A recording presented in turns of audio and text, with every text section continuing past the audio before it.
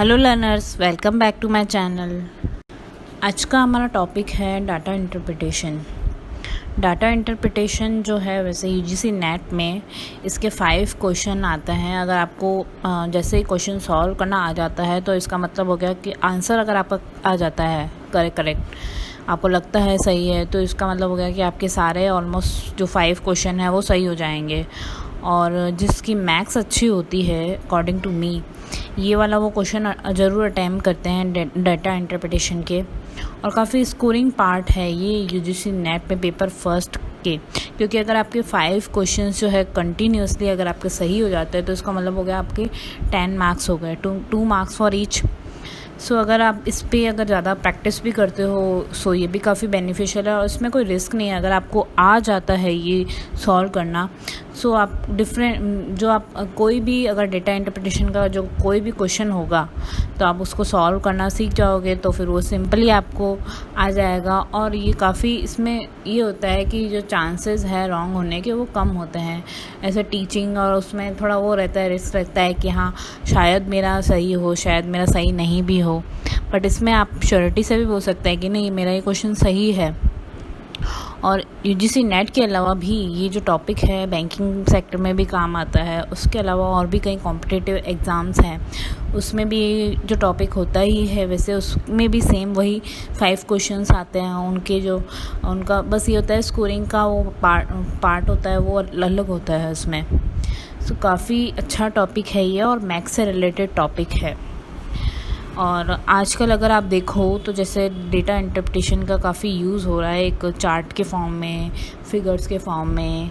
कोई भी अगर चार्ट प्रेजेंट किया, जैसे कोविड-19 का आ रहा है केसेस का, सो उसको रोज़ न्यूज़पेपर में एक चार्ट के थ्रू रिप्रेजेंट किया जाता है ताकि लोगों को ईज़िली समझ में आ सके।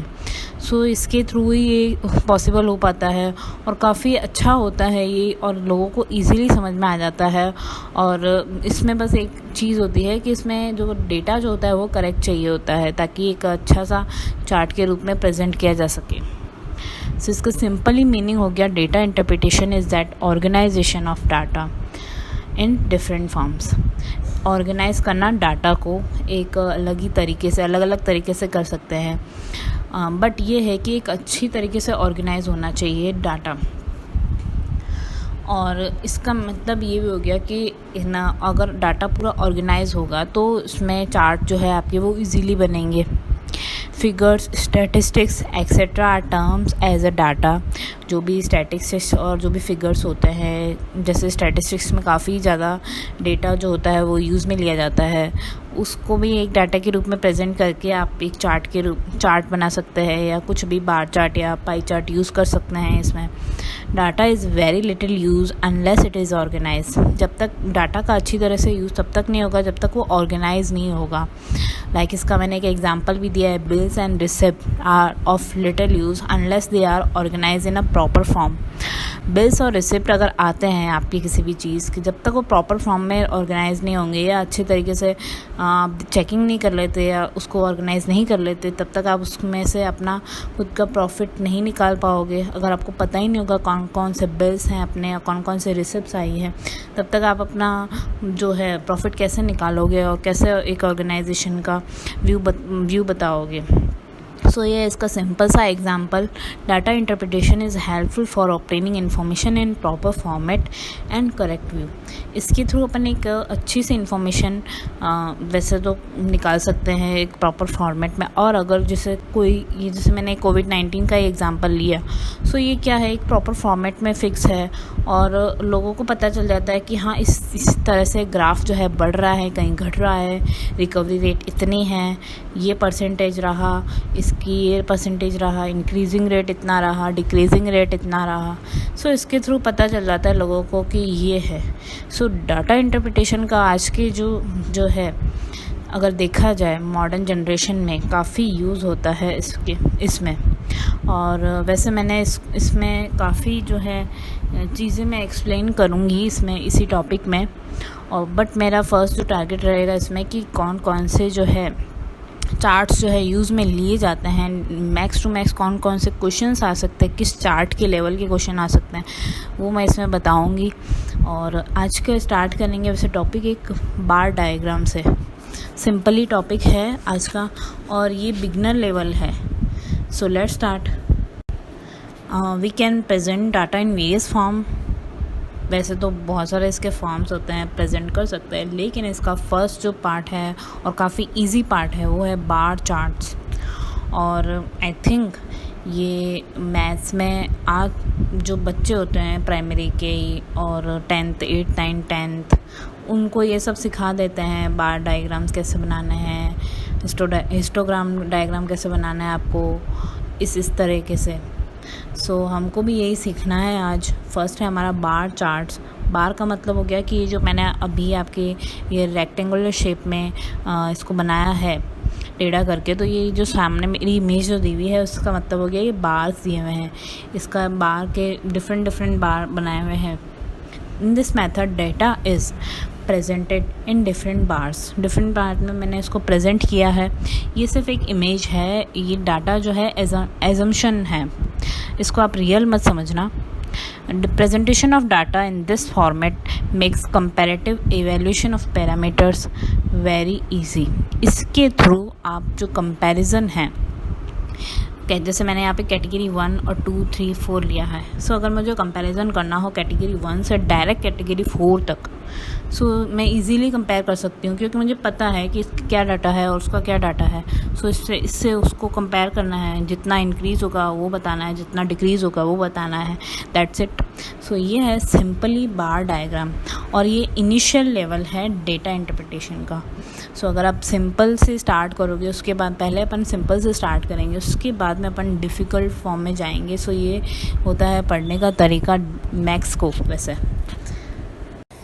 नेक्स्ट स्लाइड में मैंने यहाँ पे sales of smartphone during 5 years इसका डेटा लिया है सेल्स का इन यूनिट्स में, और मैंने आपको यहाँ पे एक बार के रूप में प्रेजेंट किया है इस डेटा को, जहाँ पे मेरे लेफ़्ट हैंड साइड में जो है थाउजेंड्स में जो है ये यूनिट्स है सेल्स ऑफ स्मार्टफोन, और नीचे जो है मैंने ईयर ले रखे हैं, मैंने ईयर रिप्रेजेंट भी किया, नीचे लिखा है मैंने 2011 12 13 14 15 5 ईयर का मैंने लिया है।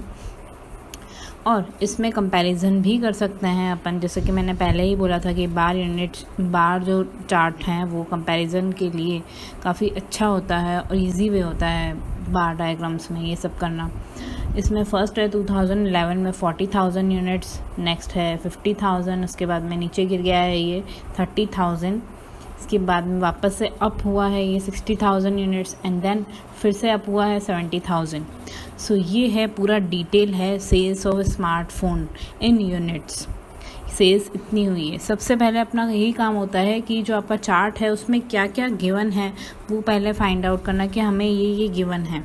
फिर उसके बाद में आप क्वेश्चन की तरफ आना है। ऐसा नहीं करना है कि पहले ही आपको क्वेश्चन देखना है, उसके बाद में ये सब चीज़ें समझ में नहीं आएगी। तो पहले आपको एक चार्ट देखना है, उसको समझना है, क्विकली करना है अगर आपके पास टाइम अगर कम हो तो, और ट्राई करना है कि इनिशियल लेवल में वैसे थोड़ी प्रॉब्लम आएगी, उसके बाद में आप थोड़ा जो है सीख जाओगे तो फिर आपके लिए क्विक हो जाएगा कि ये फाइंड आउट करना है पहले, उसके बाद में ये सॉल्व करना है। सो फर्स्ट क्वेश्चन है इसमें, what is the average of sales of smartphone in all the years.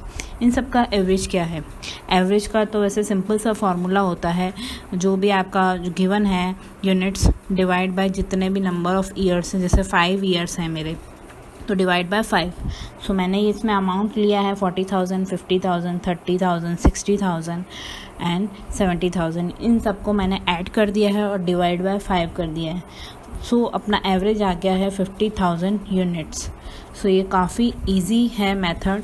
और वैसे अगर टाइम लिमिट होती है सो कई बार तो ऐसा होता है कि लोगों को बस इसमें ही ध्यान रहता है और वो क्विकली अपना जो है सॉल्व कर लेते हैं। सो उनकी कैलकुलेशन अच्छी हो जाती है। सो ये जो है वो अकॉर्डिंग टू प्रैक्टिस होता है ये सब। सो ये है initial level of data interpretation का बार डायग्राम का पहला क्वेश्चन। नेक्स्ट जो क्वेश्चन है वो है, what is the difference of sales of smartphones in the year 2012 and 13। एक बार अपन को पहले जो चार्ट है डायग्राम जो दिया हुआ है मैंने यहाँ पे प्रेजेंट किया है बार चार्ट, उसमें पहले अपन को देखना है कि उसकी सेल्स जो है इन यूनिट्स में कितनी दे रखी है 2012 एंड 13 में। 12 में दे रखा 50,000 एंड 13 में दे रखा है 30,000। ठीक है, तो अपन ने ये देख लिया डेटा।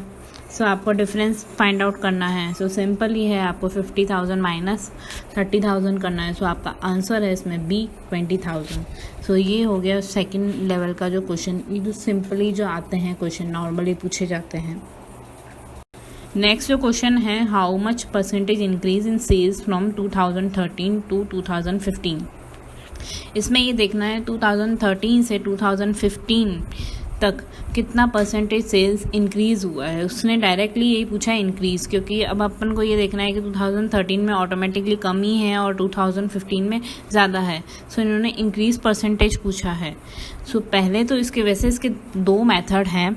अभी मैंने इस वीडियो में मैंने सिर्फ एक मेथड बताया है, इसका दूसरा मेथड मैं आपको नेक्स्ट मेरे जो वीडियो आएंगे उसमें मैं बताऊँगी। सो पहले अपन को ये करना होगा कि 2015 का जो डेटा है वो कितना है, 70,000 यूनिट्स मैंने आंसर में लिखा है। उसके बाद में 2013 का डेटा कितना है, 30,000। उन दोनों का डिफरेंस पहले ये लेना है। 2014 को इसमें इंक्लूड ही नहीं करना है। इसमें कई बार कंफ्यूज हो जाते हैं बच्चे कि 2014 का क्या है, उसके बाद में 2015 का निकालेंगे, या 13 से 14 करना है या 14 से 15 करना है। सो ये काफ़ी लंबा प्रोसेस हो जाता है और ये रॉन्ग प्रोसेस है। सो इसमें डायरेक्टली आपको सॉल्व करना है, क्योंकि इंक्रीजिंग परसेंटेज जो है, इंक्रीज जो है सेल्स कहाँ हो रहा है, 2015 में 70,000 यहाँ आएगा, और उसके बाद में लेस करना है 30,000 जो 2013 का है उसको लेना है। उसके बाद में डिवाइड करना है 2013 का जो डेटा लिया है 30,000 डिवाइड बाय 30,000। क्यों? क्योंकि ये बेस ईयर है। उन्होंने ये पूछा है 2013 to 2015।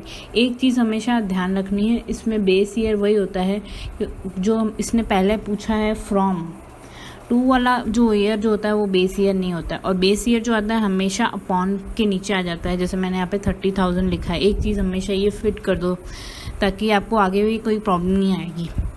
So 70,000 minus 30,000 equals to 40,000। 40,000 divide by 30,000 into 100, क्योंकि अपन परसेंटेज में निकाल रहे हैं। इसका वैसे फार्मूला भी अपन क्रिएट कर सकते हैं, बट मैंने इसको फार्मूला नहीं किया है क्योंकि आगे अगर नेक्स्ट लेवल के क्वेश्चन आएंगे तो उसमें प्रॉब्लम आ सकती है अपन को।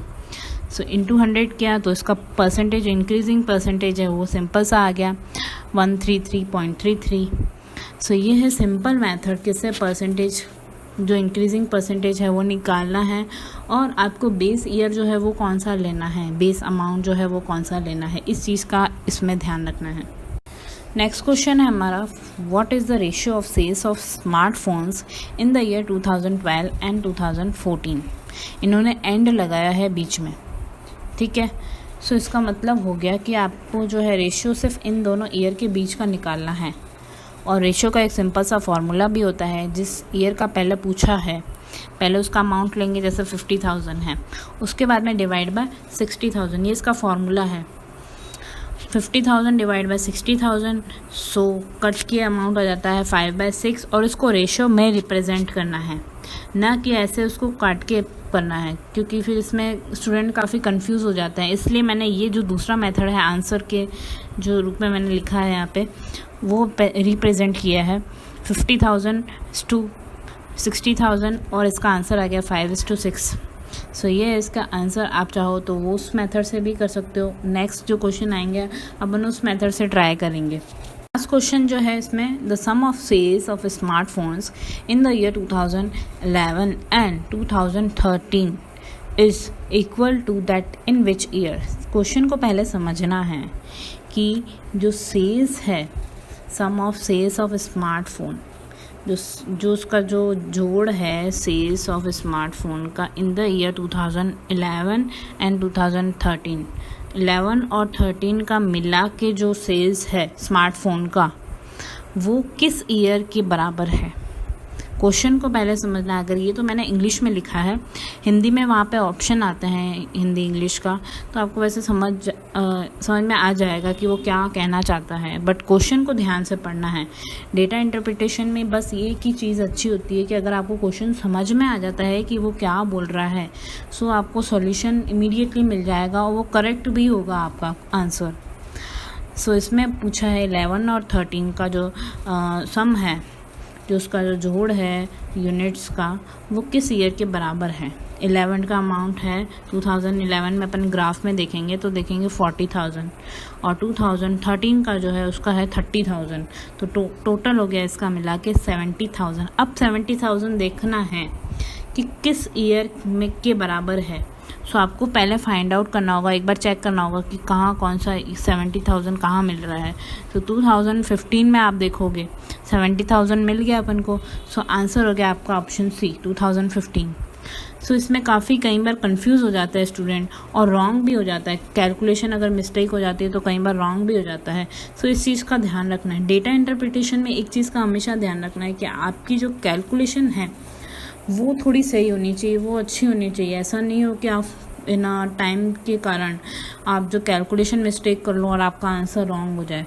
थोड़ा सा आप प्रैक्टिस करोगे इस चीज़ पे तो आपका आंसर जो है ज़रूर सही होगा। Thank you for watching this video.